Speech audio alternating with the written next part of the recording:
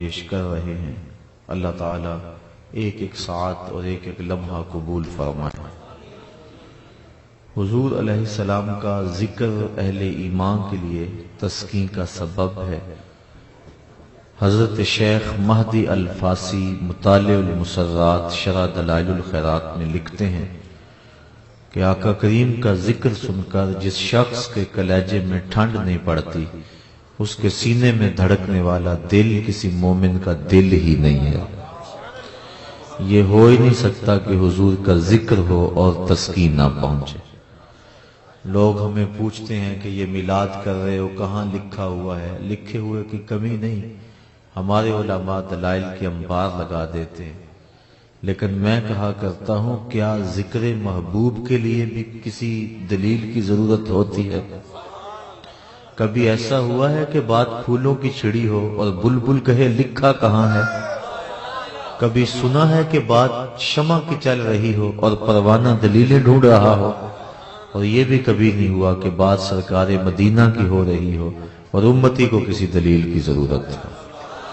محب کے لیے اس سے بڑا سرمایہ ہی کوئی نہیں کہ کوئی اس کے محبوب کا تذکرہ چھیڑ دے۔ اعد ذکر نعمان لنا فإن ذکرہ هو المسک ما کررتہ یتذوع۔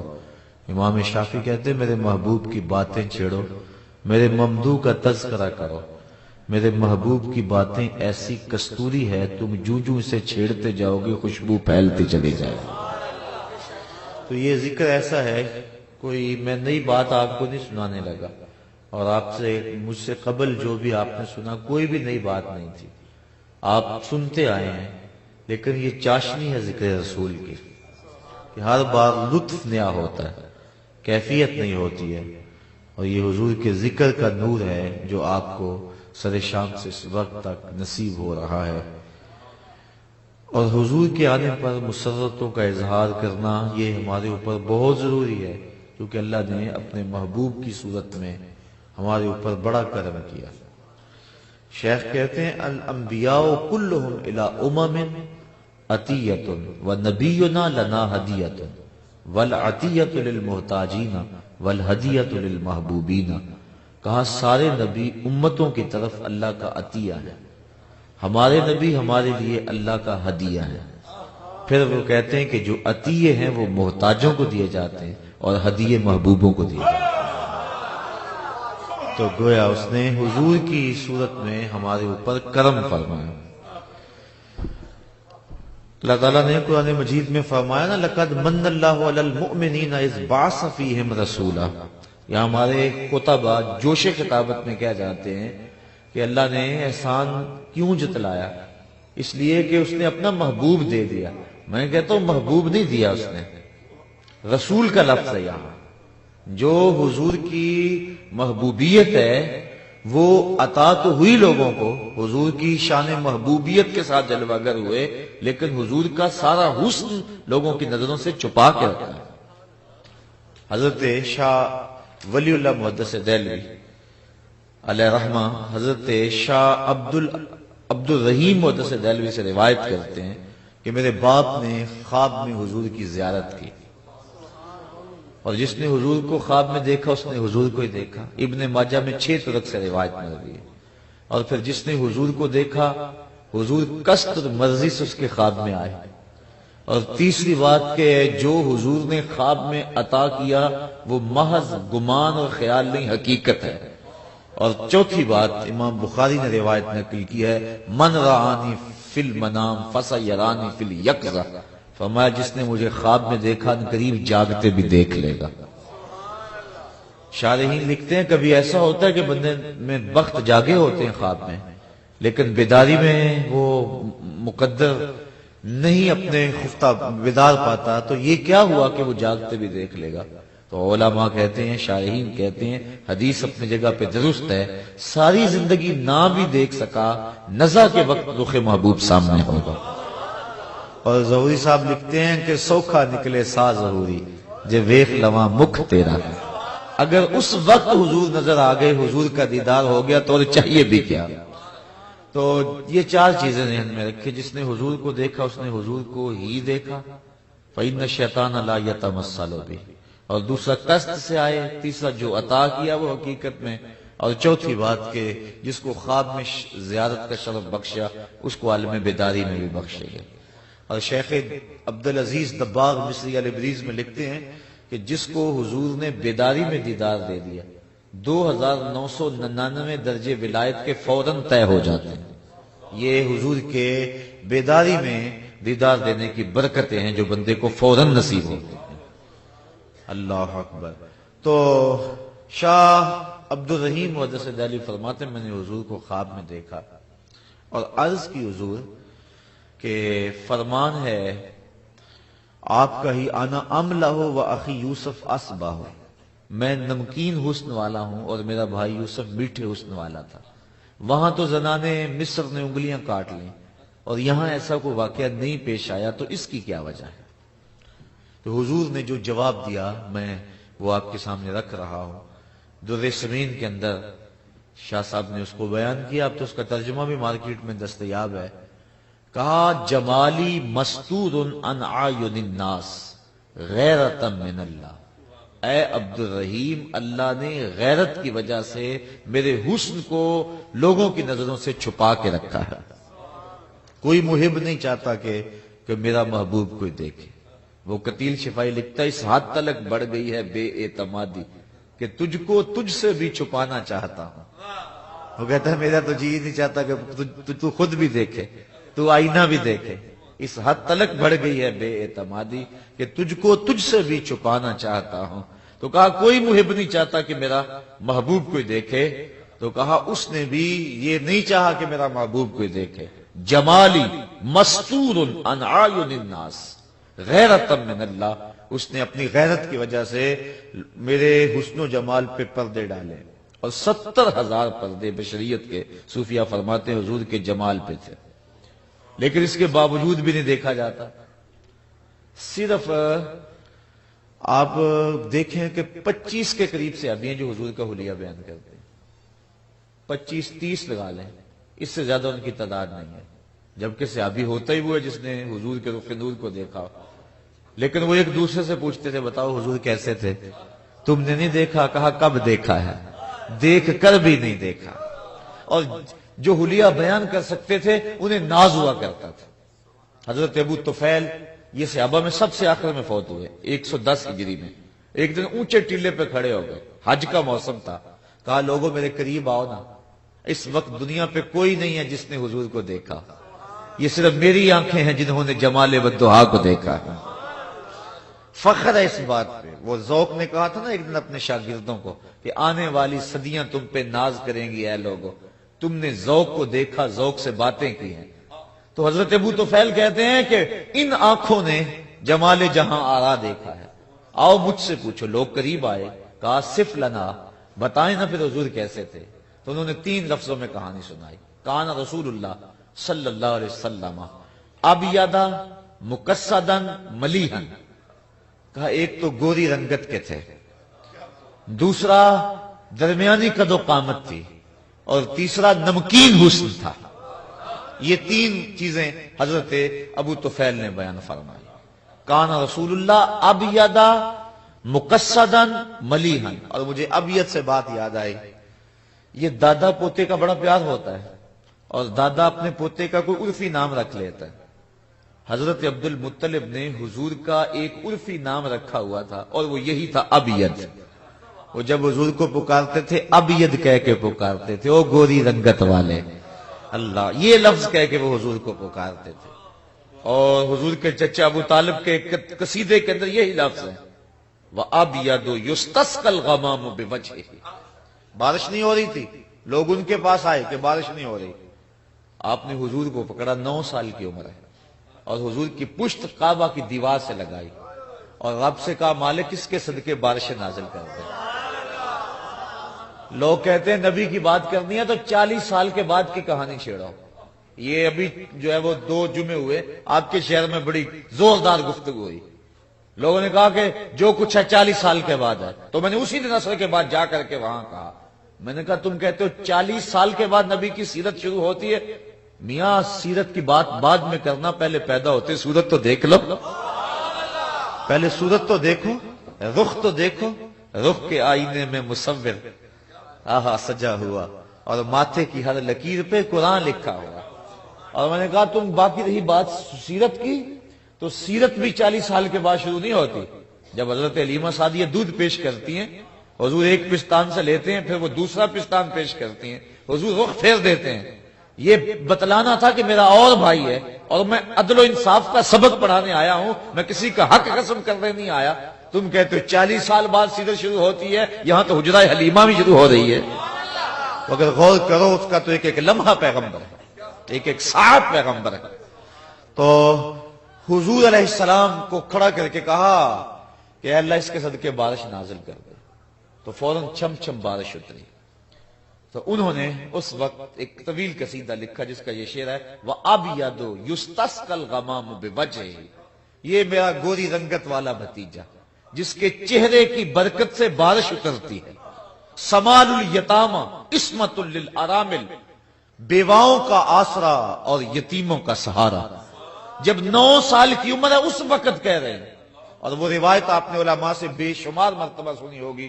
حضرت انس بن مالک رضی اللہ تعالیٰ عنہ فرماتے ہیں حضور منبر فراز تھے کہ ایک شخص کھڑا ہو گیا، کہنے لگا کہ حضور ہم ہلاک ہو گئے، قحط سالی ہے، بارش نہیں ہو رہی۔ تو آقا کریم نے اللہ کی بارگاہ میں بارش کی دعا کے لیے ہاتھ اٹھائے۔ حضرت انس کہتے ہیں رضی اللہ تعالیٰ عنہ، میں صحن میں بیٹھا ہوا تھا اور میں نے دیکھا آسمان پہ بادل کا کوئی ٹکڑا نہیں تھا، لیکن ایک چھوٹا سا ٹکڑا آیا اور پھیل گیا پورے مدینے پہ، اور اتنی بارش ہوئی کہ مسجد نبوی کی چھت ٹپکنے لگی، اور آقا کریم کی داڑھی پہ تازہ جو ہے وہ اوپر سے قطرے بارش کے گر رہے تھے، اور میں نے حضور کے دانتوں کو مسکراتے ہوئے دیکھا۔ اور پھر حضور نیچے بیٹھ گئے اور فرمایا کوئی ہے جس کو میرے چچا کے شعر یاد ہوں؟ تو حضرت علی المرتضیٰ نے عرض کی حضور شاید آپ کی مراد ان شعروں سے ہے، اور پھر اس وقت یہ شعر دوبارہ پڑھے، وَأَبْيَضُ يُسْتَسْقَى الْغَمَامُ بِوَجْهِهِ، کہا آج میرے چچا ہوتے تو ان کے دل کو ٹھنڈ پڑ جاتی۔ وَأَبْيَضُ يُسْتَسْقَى الْغَمَامُ بِوَجْهِهِ سَمَالُ الْيَتَامَى عِصْمَةٌ لِلْأَرَامِلِ، تو اس دور میں بھی غریبوں، بیواؤں اور دکھیوں کی مدد کر رہے ہیں۔ تو یہ بات کر رہا تھا کہ ابیض کا لفظ جو ہے یہ حضور کے لیے بولا، اور دوسرا مقصد کی تشریح بھی بڑی طویل ہے، صرف قد کی میانہ روی نہیں، ہر عضو کا اعتدال علماء نے لکھا ہے۔ اور تیسرا ملیحن، نمکین حسن، تو کہا حضور آپ نے کہا ہوا ہے کہ انا املہ، میں نمکین حسن کا مالک ہوں، میرا بھائی یوسف میٹھے حسن کا مالک ہے، لیکن یہاں تو وہاں انگلیاں کٹ گئی، یہاں یہ معاملہ نہیں ہوا۔ تو کہا میرے حسن کو لوگوں کی نظروں سے اللہ نے چھپا کے رکھا ہے، اور چھپے ہوئے حسن کا عالم تھا کہ صحابہ دیکھ نہیں پاتے تھے۔ صرف 25 کے قریب صحابہ حضور کا حلیہ بیان کرتے ہیں۔ حضرت حسان بن ثابت رضی اللہ تعالیٰ عنہ فرماتے ہیں کہ میں جو حضور کا حلیہ بیان کر لیتا ہوں، میں اس لیے کر لیتا ہوں کہ میرے پاس دیکھنے کا ایک طریقہ تھا۔ غور کیجئے وہ کیا طریقہ تھا، کہتے ہیں فلما نظرت الی انوارہ فودعت کفی علی عینی خوفا من ذہاب بصری، میں اپنی آنکھوں پہ انگلیاں رکھ کے انگلیوں کی اوٹ سے دیکھتا تھا کہ حضور کے جلووں کی چمک سے میری آنکھوں کی بینائی نہ جاتی رہے۔ یہ چھپے ہوئے حسن کا عالم ہے، اور دیکھنے والا کون ہے؟ شاعر۔ اور آپ جانتے ہیں شاعر حسن دیکھنے میں بڑا دلیر ہوتا ہے، اور شاعر حسن چھپا ہوا دیکھتا ہے تو انگلیاں رکھ کے دیکھتا ہے، اور اگر وہ حسن بے نقاب ہوتا تو کیا ہوتا؟ یہی بہتر ہے کہ وہ پردے میں روح پوش رہے، وہ اگر پردہ اٹھا دے تو کسے ہوش نہیں۔ تو یہ حسن چھپا کے رکھا گیا ہے، تو اس لیے کہا یہ واقعہ نہیں ہوا۔ اعلیٰ حضرت نے اس کو ایک اور رنگ میں بیان کیا۔ آپ فرماتے ہیں حسن یوسف پہ کٹی مصر میں انگشت زنا، سر کٹاتے ہیں تیرے نام پہ مردان عرب۔ ولی دکنی سے لے کر غالب اقبال تک میں نے تقریباً ہر شاعر کو دیکھا ہے۔ تو میں نے کئی جگہ پہ یہ بات کہی ہے کہ تضاد کا شعر اردو ادب کے دامن میں اس جوڑ کا دوسرا میں نے نہیں دیکھا۔ تضاد ہے، ایک مصرے میں ایک بات کی جاتی ہے، دوسرے میں اس کی الٹ بات کی جاتی ہے۔ اب یہاں تضاد دیکھیے کتنے ہیں۔ حسن یوسف پہ کٹی مصر میں انگشت زنا، سر کٹاتے ہیں تیرے نام پہ مردان عرب۔ ایک طرف حسن ہے اور دوسری طرف صرف نام ہے، اور ایک طرف عورتیں ہیں اور دوسری طرف مرد ہیں۔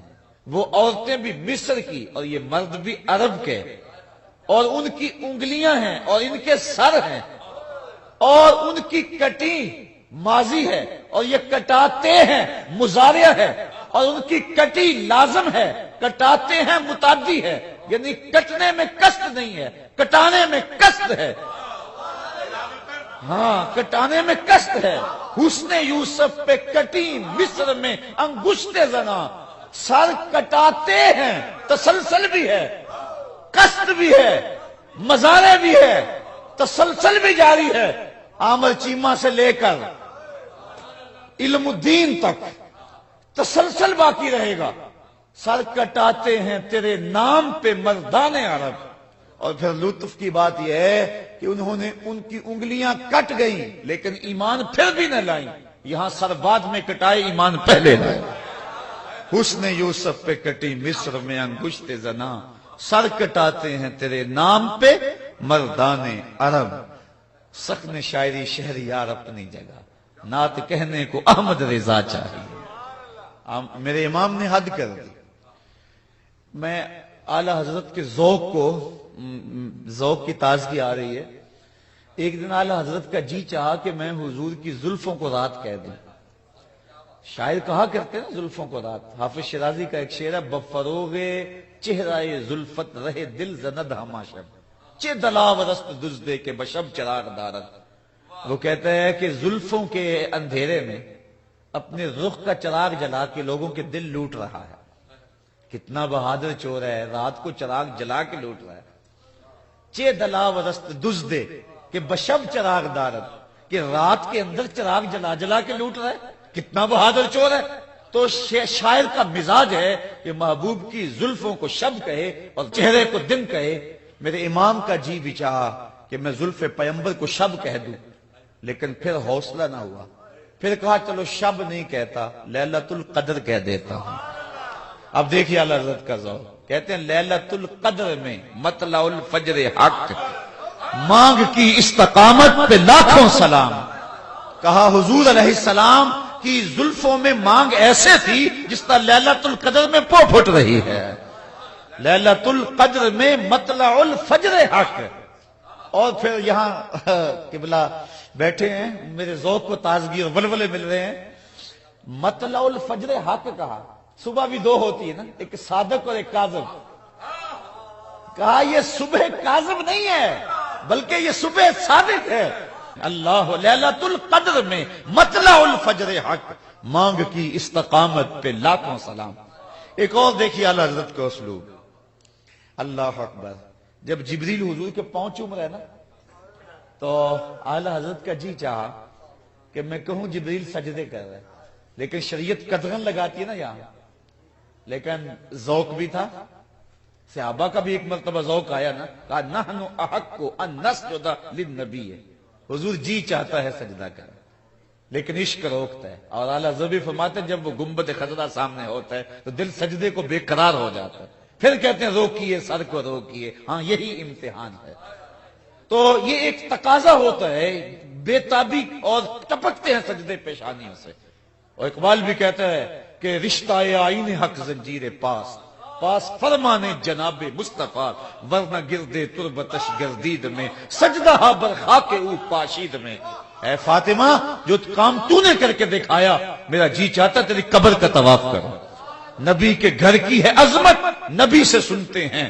علی کے گھر کی ہے عزت، علی سے سنتے ہیں۔ وہ جس نے معزز کیا گھرانے کو، حسین پال کے جس نے دیا زمانے کو۔ کہ سجدہ بر خاک او پاشید میں، اس ذوق اس وجدان کی کیفیت میں جب آپ آئے، لیکن شریعت کے احکام بھی تو ملحوظ تھے، تو اعلی حضرت کے ذوق نے پھر یاوری کی۔ یہ تو نہیں کہا کہ جبریل نے سجدہ کیا، اعلی حضرت فرماتے ہیں تاج روح القدس کے موتی جسے سجدہ کریں، تاج روح القدس کے موتی جسے سجدہ کریں، یعنی جبریل نے سجدہ نہیں کیا، بلکہ جبریل نے جو تاج پہنا ہوا تھا اس پہ جو موتیوں کی لڑیاں تھیں وہ سجدہ کر رہی ہیں. تو جب موتی سجدہ کر رہے ہیں تو تاج بھی تو کر ہی رہا ہے, جب تاج کر رہا ہے تو سر بھی تو کر ہی رہا ہے. لیکن یہاں سر کے سجدے کو نہیں کہا, ذوق بھی پورا کر لیا اور شریعت کی تلوار سے بھی بچ گئے. یہ ہے نعت خوانی. نعت کہنے کو احمد رضا چاہیے, تاج روح القدس کے موتی جسے سجدہ کریں, رکھتی ہیں کتنا وقار اللہ اکبر ایڑیاں.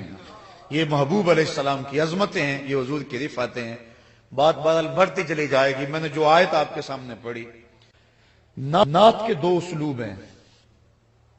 یہ ہمارے دور کی ایک سہولت, یہ جو نعت خوانی کی طرف ہم لوگ آئے ہیں اور محافل نعت کا ایک مروجہ انداز پیدا ہوا ہے, تو اس کی ایک خاص وجہ ہے.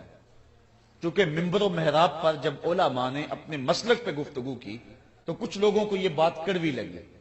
انہوں نے کہا کہ ہم اس انداز کے ساتھ مدح کا پہلو ہی سنیں اور رسول کے جو شاتمان ہیں ان کی جو مذمت ہے وہ نہیں ہم سن سکتے. اور یہ اس انداز کے ساتھ جو ہے وہ ایک ترتیب جو ہے وہ بنی, اور کہا کہ نہیں اس میں اختلاف نہیں ہوتا ہے. جبکہ حضرت حسان بن ثابت رضی اللہ تعالی عنہ کی جتنی بھی شاعری ہے آپ پڑھیں, اس میں جو حضور کی مدح و ستائش ہے ڈائریکٹ وہ کم ہے اور دشمنان رسول کی مذمت زیادہ ہے. میں ایک مثال دینا چاہ رہا ہوں. نماز کے اندر 2 سجدے ہیں اور رکوع 1 ہے. صاحب نور الانوار ملا جیون علیہ رحمہ فرماتے ہیں کہ الامر لا تقتضی تکرار ولا یحتمل, جو امر ہے وہ تکرار کا تقاضا نہیں کرتا اور نہ اس کے اندر اس کا احتمال موجود ہے. میں ایک بات آپ کو کہوں تو ایک مرتبہ آپ کر دیں بات پوری ہو جائے گی, لیکن ورکعوا واسجدوا, رکوع کرو اور سجدہ کرو. رکوع ہم 1 کرتے ہیں, سجدے ہم 2 کرتے ہیں, امر ایک جیسا ہے. امر تو تکرار نہیں چاہتا تو سجدے 2 کیوں کرتے ہیں؟ یا تو پھر رکوع بھی 2 کریں یا سجدہ بھی 1 کریں, امر ایک جیسا ہے. لیکن سجدے ہم 2 کرتے ہیں, رکوع ہم 1 کرتے ہیں, تو اس کی کیا وجہ ہے؟ تو اس کی وجہ انہوں نے بیان فرمائی. فرماتے ہیں وجہ یہ ہے کہ جب فرشتوں کو امر سجدہ ہوا تو 1 سجدے کا حکم تھا, چونکہ امر سے تکرار لازم نہیں آتا, 1 تکرار کا تقاضا نہیں امر کا. لیکن فرشتوں نے جب گردن جھکائی سجدہ کیا اور اس کے بعد جب سر اٹھایا تو دیکھا 1 اکڑا ہوا ہے. تو پہلا سجدہ انہوں نے امتثال امر کے لیے کیا, پہلا سجدہ رب کو منانے کے لیے کیا, اور دوسرا سجدہ نبی کے دشمن کو جلانے کے لیے کر دیا. تو پہلا سجدہ بھی عبادت قرار پایا, دوسرا سجدہ بھی عبادت قرار پایا. اللہ اکبر.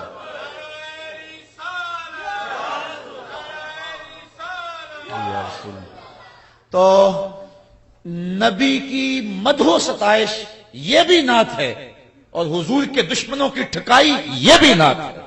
اور حضرت حسان بن ثابت جو ہے وہ دونوں انداز رکھتے ہیں. والضحیٰ واللیل اذا سجا یہ بھی نعت ہے, اور تبت یدا ابی لہب وتب یہ بھی نعت ہے. اب حالات کے تقاضے کیا ہیں اس کے مطابق ہم نے رخ متعین کرنا ہوگا. اب کبھی ایسا ہوتا ہے کہ پہلے رب کو منا لو پھر دشمن کو جلا لو, جس طرح کہ وہ سجدے میں ہوا. کیونکہ تقاضا یہ ہے, پہلے دشمن نہیں تھا, پہلے رب کو منانے کے لیے سجدہ ہوا, امتثال امر کے لیے ہوا. جب سر اٹھایا تو دشمن کھڑا تھا, تو پہلا سجدہ رب کو منانے کے لیے, دوسرا دشمن کو جلانے کے لیے. لیکن اگر دشمن مقابلے میں ہو تو پہلے دشمن کو جلا لیں, یہ بھی ایک اسلوب ہے. آپ کہیں گے وہ کہاں؟ آؤ جب ہم حج پہ جاتے ہیں تو ایک انداز ہے طواف کا جس کو رمل کہتے ہیں, کندھے اچکا اچکا کے چلنا, اللہ کا گھر سامنے رکڑ کے چلنا. جب تاریخ ڈھونڈی تو بات سمجھ آئی کہ جب حضور آئے نا دوبارہ مکے میں تو قریش نے کہا لو یہ تو کمزور ہو گئے, ان کی تو جو ہے وہ ان کو راس نہیں آئی وہاں کی آب و ہوا. تو میرے آقا کریم نے فرمایا کہ پہلے چکر رمل کے لگاؤ نا, پہلے دشمنوں کو جلا لیں پھر رب کو منا لیں گے. تو پہلے رمل کے چکر جلانے کے لیے, پھر رمل کے بعد والے چکر رب کو منانے کے لیے. تو کبھی پہلے رب کو منائیں پھر دشمن کو جلائیں, اور کبھی پہلے دشمن کو جلائیں پھر رب کو منائیں. اگر یہ ترتیب ہو پھر بھی عبادت, اگر یہ ترتیب ہو پھر بھی عبادت. اس وقت جو حالات ہیں دنیا کے معروضی حالات بنے ہوئے ہیں, اس وقت ہمیں کس چیز کی ضرورت ہے، یہ مجھے اور آپ کو دیکھنا ہوگا۔ ہمارے اندر بھی شاتمان رسول موجود ہیں، اور دنیا کے اوپر حضور کی توہین اور حضور کی گستاخی کرنے والے بڑی تیزی کے ساتھ پنپ رہے ہیں، اور 6 صدیوں سے یہ جو تحریک جاری ہے اب پورے عروج پہ ہے، اور یہ کوشش کی جا رہی ہے کہ کسی طرح جو ہے وہ مسلمانوں کے دل سے عظمت رسول کے چراغ کو بجھایا جائے۔ لیکن یہ بات ذہن میں رکھیں، پہلی بات یہ ہے کہ حضور کے سر پہ وارفانہ لکا ذکرک کا جو تاج خدا نے رکھا ہے کوئی اسے چھین نہیں سکتا۔ چاند کی طرف منہ کر کے تھوکنے سے اس کی نوری کرنوں کو میلا نہیں کیا جا سکتا، یہ تھوکنے والے کا اپنا منہ گندا ہوگا۔ اور دوسری بات، اگر یہ مغرب کے لوگ اپنے مذہب کی کتابیں ہی پڑھ لیتے تو کبھی یہ جسارت نہ کرتے۔ انجیل برنباس کے اندر آج بھی لفظ موجود ہیں، حضرت عیسیٰ علیہ السلام اپنی قوم کو جب کہہ رہے ہیں لوگوں میں جا رہا ہوں، میرے بعد وہی آئے گا، چلو نام بھی بتا دیتا ہوں، اس کا نام احمد ہوگا۔ ایک حواری اٹھ کے کہتا ہے حضرت جس کے قصیدے آپ پڑھ رہے ہیں کیا وہ آپ سے بھی افضل ہوگا؟ ہر امتی کا مزاج ہوتا ہے کہ میرے نبی سے افضل کون ہے، یہ ہر مرید نہیں سوچتا کہ میرے پیر سے افضل کون ہو سکتا ہے، حقیقت ہو یا نہ ہو انداز نظر یہی ہے۔ تو ہر امتی سوچتا ہے میرے نبی سے افضل کون، تو جب اپنے نبی کی زبان سے کسی کے قصیدے سنے تو کہا حضرت وہ آپ سے بھی افضل ہوگا؟ تو حضرت عیسیٰ علیہ السلام کا جواب سنیے، ٹھنڈ پڑ جائے گی۔ حضرت عیسیٰ علیہ السلام نے کہا افضل ہونے کی بات پوچھتے ہو، وہ تو اتنی عظمتوں کا حامل ہے، اگر اس کے نالین کے تسمے کھولنے کی سعادت ابن مریم کو مل جائے تو یہ بھی مقدر کی بات ہے، وہ اتنا اونچا اور رفیع المرتبت ہوگا۔ اللہ اکبر۔ اور مولا جامی بولتے ہیں ادیم طائف نالین پاکن شراکز رشتہ جاں ہائے ماکن۔ حضور میرا جی چاہتا ہے آپ طائف کے چمڑے کے جو نالین ہیں وہ زیب پاؤں کریں، اور اس کے اندر جو تسمے ہیں وہ جامی کے چمڑے کے نہیں بلکہ جامی کی جان کے ڈالنا۔ شراکز رشتہ جاں ہائے ماکن، میرے چمڑے کے تسمے نہیں بلکہ میری جان کے تسمے ڈالنے۔ تو کہا وہ تو اتنا رفیع المرتبت ہوگا اگر اس کے پاؤں کے پہنے ہوئے نالین کے تسمے کھولنے کی سعادت ابن مریم کو مل جائے تو یہ بھی مقدر کی بات ہے، وہ اتنا رفیع المرتبت۔ تو حضور کی عظمتوں کو کیسے گھٹایا جا سکتا ہے؟ اب حضور علیہ السلام کی ناموس ہمیں بلا رہی ہے، اور ہم نے اپنے انداز کے اندر اور اپنی زندگی کے جو ہے وہ چال چلن کے اندر حضور علیہ السلام کی آبرو کے ساتھ عہد و پیمان کرنا ہے، اور اپنی زندگی کے ایک ایک لمحے کو حضور کی ناموس پہ وازنے کا عزم کرنا ہے۔ تو ہم نے کس انداز کے ساتھ آگے بڑھنا ہے؟ یہ دشمنان رسول اور شاتمان رسول، ان کا علاج یہ ہے کہ غلبہ اسلام کا خواب بندہ تعبیر ہو، اور وہ ہم صبح سے لے کر شام تک اور شام سے لے کر صبح تک ہم دیکھیں کہ ہم دین کے لیے کتنا وقت دے رہے ہیں۔ اگر ہمارے شب و روز دین کے فروغ اور تگ و تاز کے لیے لگے ہوئے ہیں تو ہمیں مبارک ہو، لیکن اگر ہم اپنی زندگی کے ان حسین لمحات کو دنیا میں کھپا دیا ہے اور اس عظیم مقصد کے لیے ہم نے اپنی زندگی کے ان حسین لمحوں کو نہیں لگایا، تو پھر ہم سوچیں کیا ہم حضور علیہ السلام کے ساتھ جو وفا کا انداز ہے اس کو نبھا رہے ہیں یا کہ اس کو نہیں نبھا رہے۔ مغرب کے لوگ اس بات سے جو ہیں وہ آگاہ رہیں کہ یہ امت اس کا مزاج یہ ہے کہ یہ بھوکی رہ سکتی ہے، یہ پیاسی رہ سکتی ہے، لیکن حضور علیہ السلام کے ساتھ وفا کا جو رشتہ ہے وہ ہمیشہ مستحکم رہا ہے۔ اگر وقتی اور معروضی حالات نے ان کو پیس کے رکھ دیا ہے، لیکن یہ مت سمجھیں کہ ان کے سینوں سے وہ جذبے جو ہے وہ سرد پڑ گئے ہیں اور ان کو جو ہے وہ حضور کی ذات سے ہٹا دیا گیا ہے، اور 2 سال میں ہم بہت آگے ان کو بے حس کر دیا ہے، ایسا قطعاً نہیں ہے۔ ہم جو عام آدمی ہے وہ آکسیجن سے سانس لیتا ہے، لیکن ایک مسلمان اس کے رسول سے سانس لیتا ہے، یہی اس کی زندگی کا اوڑھنا بچھونا ہے، اور وہ مت سمجھیں بلکہ کسی ماں کی گود میں ضرور کوئی آمد چیمہ پرورش پا رہا ہے اور ان کے گریبان تک اس کا ہاتھ پہنچنے والا ہے۔ اس وقت ہماری ضرورت یہ ہے کہ ہم جو ہے وہ کم از کم اپنے ملک کے اندر ایک شعور کو بیدار کریں، اور اس حوالے سے اس وقت ہماری جو مسلکی اور ہماری جو اسلامی ضرورت ہے بالخصوص پاکستان کے اندر اس شعور کو پروان چڑھانا ہے۔ تو میں چاہوں گا کہ آج کی اس بابرکت محفل میں جہاں آپ نے اپنے آقا و مولا کے ساتھ محبتوں کا اظہار کیا، تو دشمنان رسول کی ٹھکائی یہ بھی نعت کا ایک انداز ہے، اور میں اس وقت